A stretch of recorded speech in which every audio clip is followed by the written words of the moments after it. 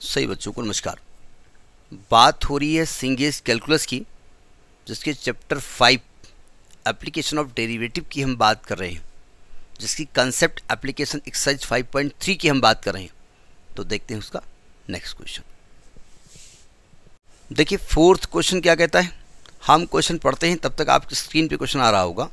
Question कहता है if the sub normal at any point on y is equal to a to power 1 minus n into x to power n is of constant length, then find the value of n।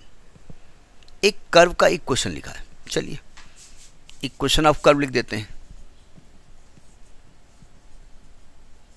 क्या दिया हुआ है, y is equal to a to power y is equal to a to power 1 minus n into x to power n, और कहते हैं इस curve में जो लेंथ ऑफ सब नॉर्मल है वो कांस्टेंट इन लेंथ है। तो आप सब नॉर्मल की लेंथ मालूम होना चाहिए, y dy by d x. पहले तो हम लेंथ निकाल लेते हैं, फिर देखते हैं क्या बोलता है।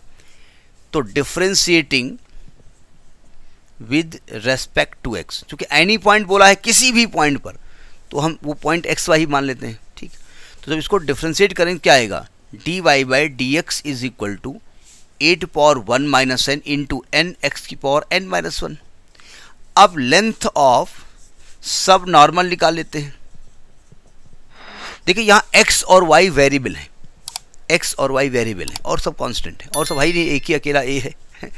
तो लेंथ क्या होती है, होती y into d y by d x का मॉड। ठीक, तो y बोले तो ये a to power 1 minus n into x की पावर n, और डी आई डी एक्स बोले तो ये a to power 1 minus n into n x की पावर n माइनस 1। तो पहले तो उसको कैलकुलेट कर लिया जाए।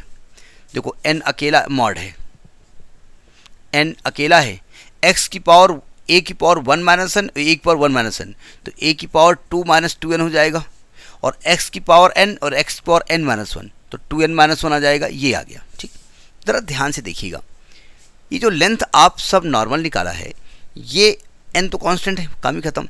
ये x पर डिपेंड कर रहा है, क्योंकि इस कर्व में x और y वेरिएबल हैं, और आपसे कह रहा है कि ये कांस्टेंट इन लेंथ है। तो कांस्टेंट इन लेंथ तभी आएगी ना जब x का टर्म यहाँ से गायब हो। अब जीरो मत कर देना, जीरो करोगे तो फिर गड़बड़ हो जाएगा ना।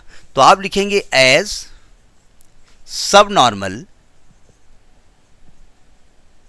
Is constant in length, constant in length. So जो x की पावर है 2n माइनस 1 वो जीरो होनी चाहिए, क्योंकि x की पावर जीरो कर दोगे तो x का टर्म गायब हो जाएगा।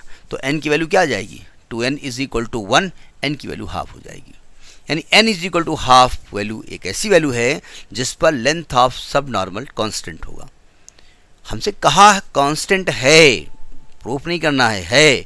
हमने कहा है तो गड़बड़ हो गया। यहाँ तो x भी आ रहा है, ठीक है x हटा दो। कैसे हटा दूँ, x की पावर जीरो कर दो, तो अपने आप x भी खुश हो जाएगा कि मैं हूँ, पावर जीरो है।